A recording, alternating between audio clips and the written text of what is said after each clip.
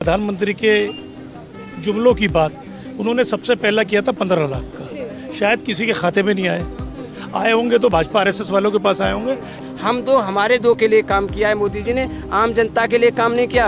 उन्होंने बिल्कुल सही कहा था, मैं कर्जदार बनाकर झोला उठा के चला जाऊंगा, मेरा क्या है, फकीर आदमी हूँ। राहुल गांधी ने कह दिया था मैं भी चौकीदार चोर है, तब उसके बाद नरेंद्र मोदी ने अपना कैंपेन सॉन्ग बनाया था कि मैं भी चौकीदार हूँ।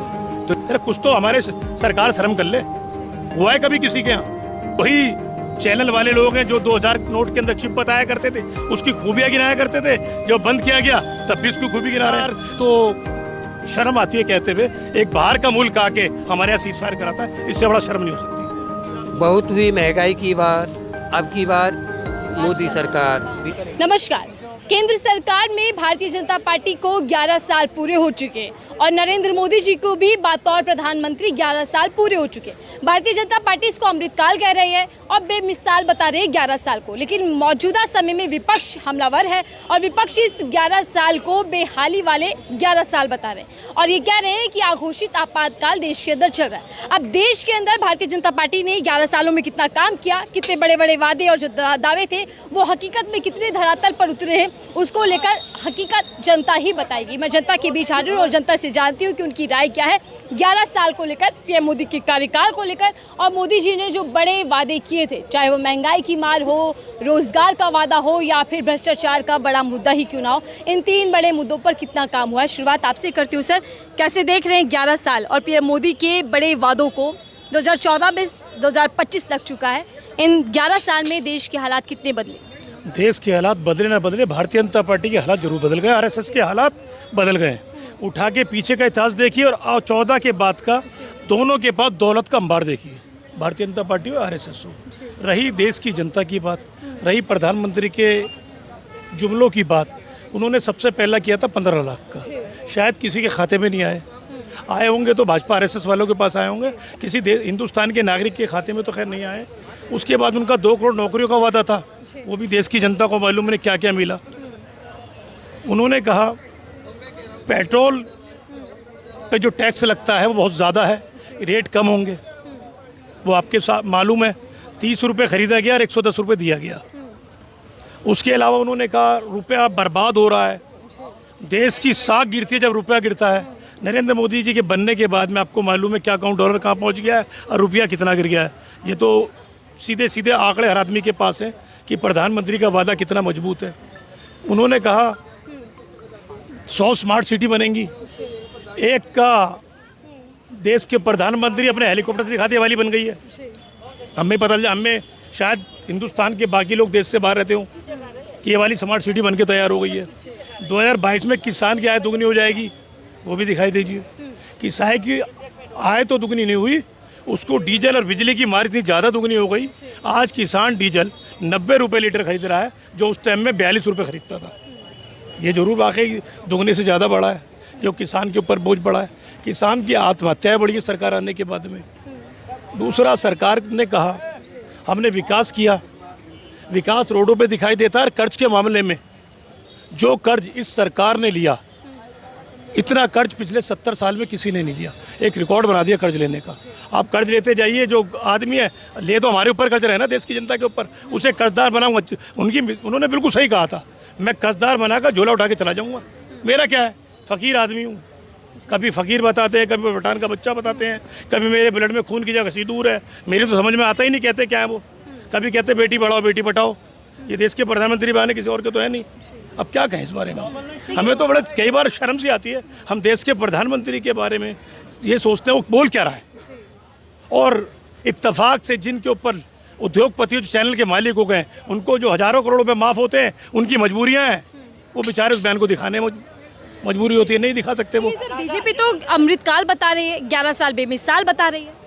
अमृतकाल है, वाकई हिंदुस्तान की जनता के लिए अमृतकाल है। 82 करोड़ जनता राशन के लिए मोहताज हो गई है 5 किलो के लिए, इससे बड़ा अमृतकाल क्या होगा।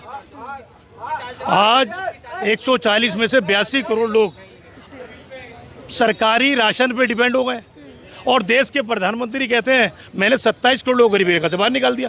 कौन से निकाले वही बताते, 82 करोड़ ये लोग कौन है जो 27 निकाले, वो कौन है? हमारी तो समझ में नहीं आ रहा है देश के प्रधानमंत्री कहना क्या चाहते हैं और करना क्या चाहते हैं।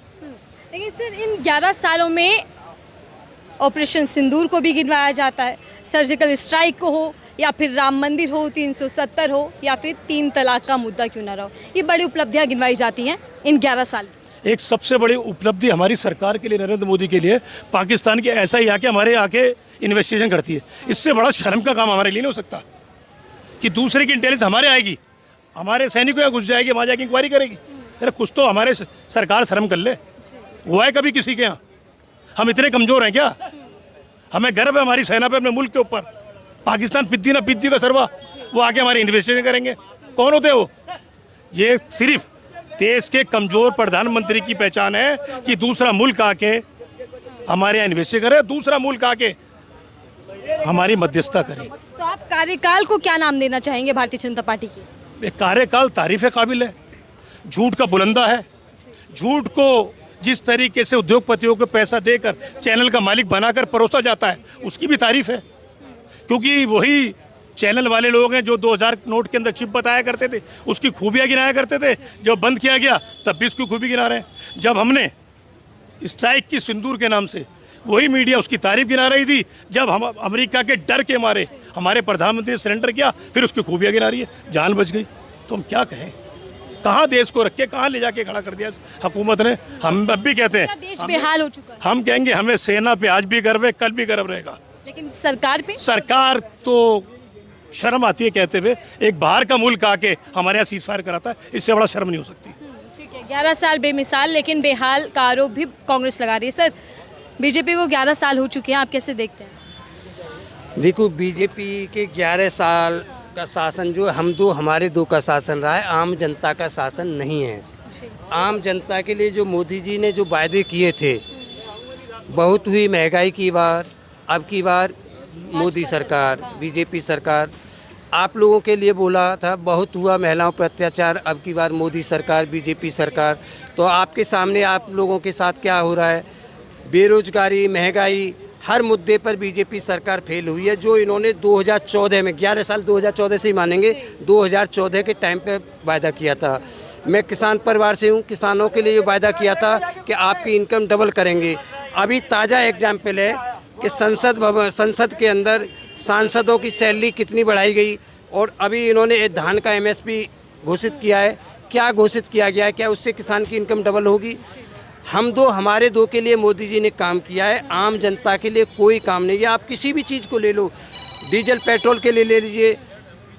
जो 40,000 रुपये की मोटरसाइकिल थी वो 1 लाख रुपए की मोटरसाइकिल हो गई। जो 200 रुपये की सीमेंट की बोरी थी वो 400 रुपये की हो गई। उससे फ़ायदा किसे मिला?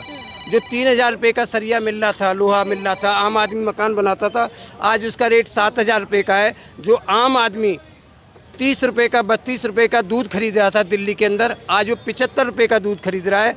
मोदी जी के आने से पहले जो 15-16 रुपये किलो का आटा खरीद रहा था, 18 रुपये का आटा खरीद रहा था, 20 रुपये का आटा खरीद रहा था, वो आज 50 रुपये का आटा खरीद रहा है। तो आम आदमी के लिए क्या राहत मिली? राहत तो अपने ही लोगों को मिली। अगर आम आदमी की सैलरी 10,000 से 12,000 हो गई, 10,000 से 12,000 हो गई, और वो अपने परिवार का खर्चा चलाएगा, जो 32 रुपये का दूध खरीद रहा था वो 75 रुपये का दूध खरीदेगा, तो उसे मिलेगा क्या? जो बच्चा 60 रुपये का डीजल मोटरसाइकिल में डलवा रहा था, आज वो 100 रुपये का डीजल डलवा रहा है, तो उसकी इनकम कहाँ गई? जो जियो फ्री में जियो दे रहा था, जो आज 300 रुपये का महीने का 350 का रिचार्ज होता है, जो 30-35 रुपये के रिचार्ज में पूरे महीने टीवी चलता था, वो 800-900 रुपये में टीवी चल रहा है।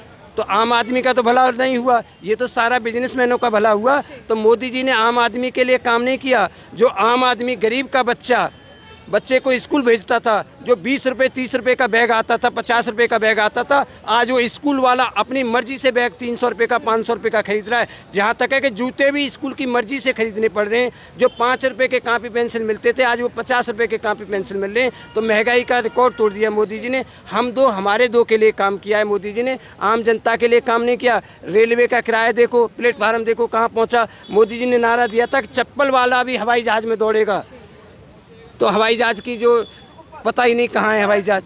तो मोदी जी ने काम जनता के लिए नहीं किया। हर बार आपने सुना होगा भाषणों में उपलब्धियां गिनवाई जाती हैं कि क्या क्या उपलब्धि मोदी सरकार की रही, जिसमें सबसे बड़ी उपलब्धि राष्ट्र का मुद्दा, सुरक्षा का मुद्दा उठाती है भारतीय जनता पार्टी। विदेश नीति मजबूत हुई, ये दावा किया जाता है, और दावा ये भी किया जा रहा है कि मोदी काल का डंका बज रहा है? देखो, विदेश नीति का अभी ताज़ा एग्जाम्पल है हमारा ये सिंदूर वाला, पाकिस्तान वाला ताज़ा एग्जाम्पल है विदेश नीति का। मोदी जी ने 150-200 के करीब भ्रमण किया विदेशों में, और कोई भी देश हमारे साथ नहीं खड़ा हुआ। ये विदेश नीति है मोदी जी की, जो कि ट्रंप 10-11 बार बोल चुका है, मोदी जी के मुंह से एक शब्द नहीं निकला। तो ये मोदी जी की विदेश नीति है। जो मोदी जी ट्रंप के लिए विदेश में जाके प्रचार कर सकते थे, आज वो ट्रंप क्या बोल रहा है? तो ये मोदी जी की विदेश नीति है। कनाडा देखो, चाहे चीन देखो, चाहे जापान देखो, कहीं भी देखो, ये मोदी जी की विदेश नीति। ये जो अभी भारत पाकिस्तान का युद्ध हुआ, लड़ाई हुई, युद्ध तो नहीं बोल सकता मैं, सिंदूर जो ऑपरेशन हुआ उसमें क्लियर हो गया कि मोदी जी की विदेश नीति क्या है। जो हमारे साथ थे, श्रीलंका, नेपाल, म्यांमार, जो पड़ोसी थे, बांग्लादेश थे, वो भी चले गए हाथ से। ये मोदी जी की कूटनीति है। तो कूटनीति से कुछ नहीं मिला, सिर्फ मिला है हम दो हमारे दो को, बिजनेस मिला है बिजनेसमैनों को। देश की जनता को, आम जनता को कुछ नहीं मिला विदेशों से। आपकी क्या राय है सर मोदी सरकार को लेकर? मैम, मोदी सरकार को लेकर मेरी राय ये है कि मोदी सरकार जहाँ तक है मेरे हिसाब से नाकाम है। नाकाम हो गया जी। क्योंकि आप अच्छे दिन- अच्छा, मैं अमृत पहलगाम काल के के मुद्दे पे साथ- बात कर लेता हूँ। देश में क्या कहते हैं, 3 आतंकी थे, चार आतंकी आते हैं, पता नहीं किस रास्ते से आते हैं, वेपन उन्हें प्रोवाइड हो जाता है। सारी देश की सुरक्षा की बात कर लेता हूँ। लोगों में कितना भ्रम है ये मैं नहीं जानता, लोग अपने आप खुद सक्षम है। लेकिन मैं एक बात बड़े साफ शब्दों में बता दूं आपको कि सुरक्षा एजेंसियों की ये चूक है। यूट्यूबर ज्योति मल्होत्रा का केस आप देखेंगे, कहीं ना कहीं भारत की इन्फॉर्मेशन बाहर जा रही थी। जो भारतीय सुरक्षा की नरेंद्र मोदी जी दावा करते हैं, कहीं ना कहीं मैं इसको पूरी, भाई मैं अपने घर में ताला नहीं लगाऊं, चोरी हो जाएगी, जिम्मेदारी मेरी है। तो इस तरीके से मैं देश की सुरक्षा को। बिल्कुल, आपने ताले की चौकीदारी की बात की। बीच में पीएम मोदी ने खुद को चौकीदार भी बताया था कि वो रखवाले हैं देश के। मैम, वो तो एक पॉलिटिकल एजेंडा था। जब राहुल गांधी ने कह दिया था मैं भी चौकीदार चोर है, तब उसके बाद नरेंद्र मोदी ने अपना कैंपेन सॉन्ग बनाया था कि मैं भी चौकीदार हूँ। तो चौकीदारी का मुद्दा तो सिर्फ एक एजेंडा था चुनाव लड़ने के लिए। तो क्या देश के बुनियादी मुद्दे जो हैं वो बीजेपी की पॉलिटिक्स में खो गए हैं? उन मुद्दों पर चर्चा या काम नहीं हो रहा? मैम, सबसे असल बात यह है कि देश में सबसे बड़ी आज जो समस्या है वो है दिमाग की, शिक्षित आदमी की। जो शिक्षित आदमी है वो बीजेपी की तरफ नहीं जाना चाह रहा है। लेकिन क्या जो पॉलिटिक्स चल रही है उसमें माइंड वॉश करने का भी एक पूरा जाल बिछाया जा रहा है? Politics is all about the marketing of BJP. BJP सिर्फ मार्केटिंग पर पॉलिटिक्स कर रही है। अपनी कोई भी स्कीम या कोई भी योजना वो ज़मीन तक पहुँचे ना पहुँचे, लेकिन उसका प्रचार ज़मीन तक ज़रूर पहुँच रहा है बीजेपी की। कितने नंबर देना चाहेंगे मोदी सरकार? हम शायद नंबर माइनस में पहुँच जाएं। लेकिन 11 साल को बेमिसाल बता रही है बीजेपी, और ये कहा जा रहा है कि जिस मजबूती के साथ एम्प्लॉयमेंट रेशियो एक बहुत बड़ा इस सरकार के लिए मुद्दा है। आप देखिए ना, आप कमी सरकार में यहाँ आ जाती है। 11 साल मोदी सरकार को हो गए हैं, शायद ही कोई पत्रकार होगा जिसने नरेंद्र मोदी ने 11 साल में प्रधानमंत्री रहते हुए सवाल पूछा है। लेकिन भाषण भी देते हैं, पॉडकास्ट भी लाते हैं मोदी जी, वो बताते भी हैं कि कैसे वो जो है वो बात भाषण, ये सिर्फ एक जनता को बहलाना है, जवाब देने की क्षमता नहीं है। 5 चीज़ें बताऊंगा। Number 1, as a common man, मैं गंदी पॉलिटिक्स में मैं आऊँगा नहीं। बिल्कुल। मैं पहला इकोनॉमिक्स के ऊपर में 1 मिनट, मैं गंदी पॉलिटिक्स में मैं आऊँगा, इकोनॉमिक्स के ऊपर आऊँगा। गरीबी रेखा से कुछ लोग ऊपर उठे हुए हैं, अभी 2-3 दिन पहले न्यूज़ की बात है। और इंडिया मेक इन इंडिया कार्यक्रम जो हुआ है इसमें, ठीक है। 3, 4 बहुत इंपॉर्टेंट है, साइंस एंड टेक्नोलॉजी में इंडिया खुद स्वाभिमान हुआ, डिपेंडेंट नहीं हो रहा, पहले डिपेंड होता था। और सरकारी खजाना में इजाफा हो रहा है, सोना अभी बीच में लाए थे। ये 5 ऐसा चीज़ मैं बोलूँगा जो कि इंडिया को स्ट्रॉन्ग बनाता है, और मोदी सरकार को निकालने में कोई गुंजाइश नहीं है। जी, ठीक है, ये उपलब्धियां हैं जो 5 साल गिनवा रहे हैं, और जनता की राय अपनी अपनी है। लेकिन सवाल वही है कि 11 साल में क्या बुनियादी मुद्दों पर भी ध्यान दिया गया, और बुनियादी मुद्दों पर जो जनता से जुड़े मुद्दे हैं उन पर काम हुआ या सिर्फ और सिर्फ प्रचार हुआ? आपकी राय क्या, जरूर साझा कीजिए।